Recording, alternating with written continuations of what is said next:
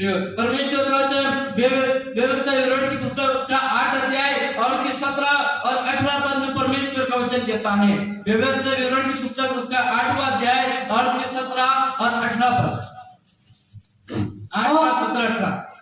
और कहीं ऐसा ना हो कि तू सोचने लगे, बाइबल कहती है कहीं ऐसा ना हो कि तू सोचने लगे कि यह संपत्ति मेरी ही सामर्थ्य, कि यह संपत्ति, ये धन, ये खेती, ये नौकरी, ये कमाई, ये पैसा मैंने मेरे ही सामर्थ्य से और मेरे ही भुजबल से मुझे प्राप्त हुई, और मेरे ही भुजबल से क्या हुई, प्राप्त हुई। कई बार हम बोलते हैं ये नौकरी मैंने अपने दम पे हासिल करी, ये खेती मैंने अपने दम पे हासिल करा, ये मजदूरी, ये पैसा मैंने अपने दम पे हासिल करा। बाइबल कहती है कहीं ऐसा न हो कि तू भी बोले कि ये संपत्ति और ये सामर्थ्य, ये पैसा, ये धन मैंने अपने भुजबल से प्राप्त किया है, परंतु तू अपने परमेश्वर यहोवा को स्मरण रखना, परंतु तू अपने परमेश्वर यहोवा को स्मरण करना, परंतु तू अपने परमेश्वर यहोवा को याद करना,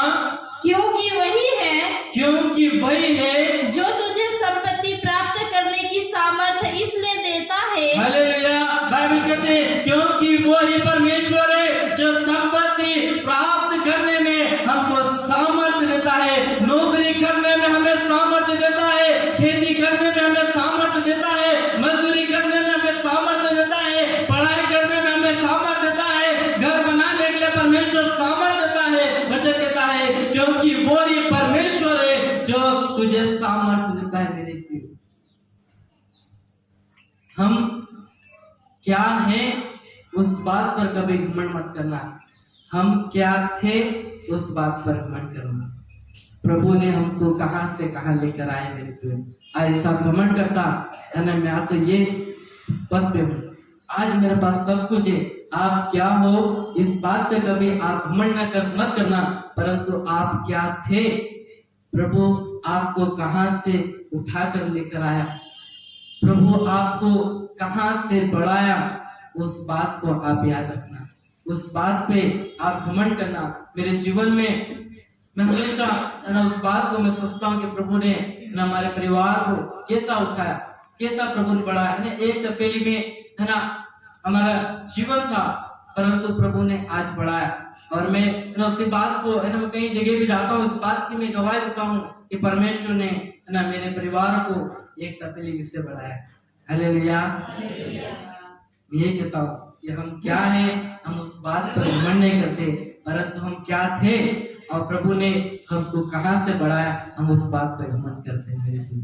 इसलिए वचन कहता है कि सामर्थ देने वाला परमेश्वर है, और तुमने परमेश्वर की सामर्थ के द्वारा अपने संपत्ति को इकट्ठा किया।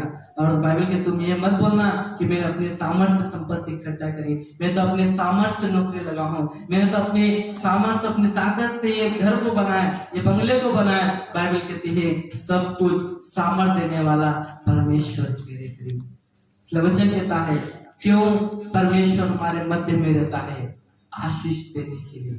चौथी बात बाइबल सिखाती है क्यों परमेश्वर हमारे मध्य में रहना चाहता है, क्यों परमेश्वर हमारे बीच में रहना चाहता है मेरे प्रिय। बाइबल कहती है पर जिस प्रकार से हमने पढ़ा कि मैं तुम्हारे मध्य में डेरा करूंगा, मैं तुम्हारे मध्य में बसूंगा और मैं तुम्हारे मध्य में चला फिरा करूंगा। और वचन कहता है चौथी बात बाइबल सिखाती है कि हमारा रिश्ता परमेश्वर के साथ मजबूत बने। हालेलुया।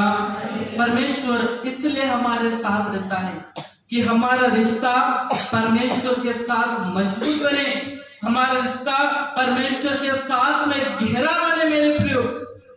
इसलिए परमेश्वर हमारे मध्य में रहता है ताकि हम परमेश्वर की गहराई को हम जान पाए, परमेश्वर की प्रेम की गहराई को हम जान पाए। वचन कहता है कोई भी है ना आकाश की ऊंचाई को और समुद्र की गहराई को कोई नाप नहीं सकता, उससे बढ़कर परमेश्वर ने प्रेम किया। आज क्यों परमेश्वर हमारे साथ है, ताकि आप परमेश्वर की प्रेम की गहराई को आप जान पाए, ताकि आपका रिश्ता परमेश्वर के साथ में गहरा बने मेरे प्रियो। किसी भी परिस्थिति हो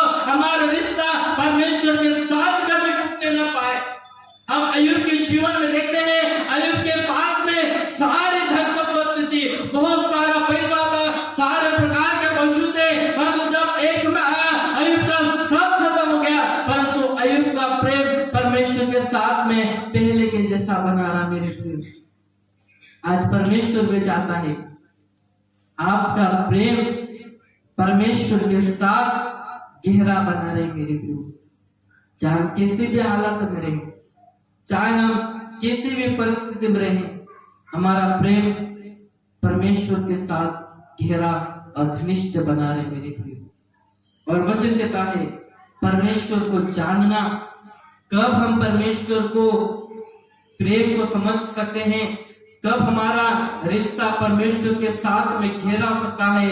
जब आप परमेश्वर को जानेंगे, जब आप परमेश्वर को समझेंगे और जब आप परमेश्वर को पहचानेंगे। यदि हम अपने माता पिता को नहीं समझ पाए तो हम परमेश्वर को कब समझेंगे? आज हम अपने माता पिता का अनादर करते हैं, आज हम अपने माता पिता की आज्ञाओं को हम तोड़ देते हैं, आज अपने माता पिता का हम सम्मान नहीं करते। जब हम अपने माता पिता को हम समझ नहीं पाए, हम परमेश्वर को कब समझेंगे? ये जब अपने माता पिता को हम समझ जाएंगे, हम परमेश्वर को समझ जाएंगे। जिस प्रकार से कहते हैं अगर माता पिता है ना, वो ईश्वर का रूप होते हैं, वो परमेश्वर का रूप होते हैं। इसलिए यदि हम अपने माता पिता को हम जान पाएंगे, हम परमेश्वर को भी जान पाएंगे।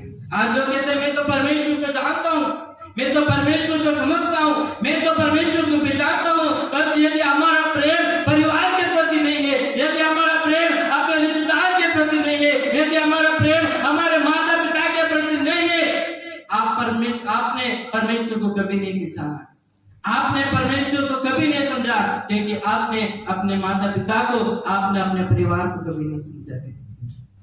इसलिए वचन कहता है हमारा रिश्ता परमेश्वर के साथ गहरा होना चाहिए। हमको परमेश्वर को जानना, परमेश्वर को समझना और परमेश्वर को पहचानना है मेरे प्रिय। और जब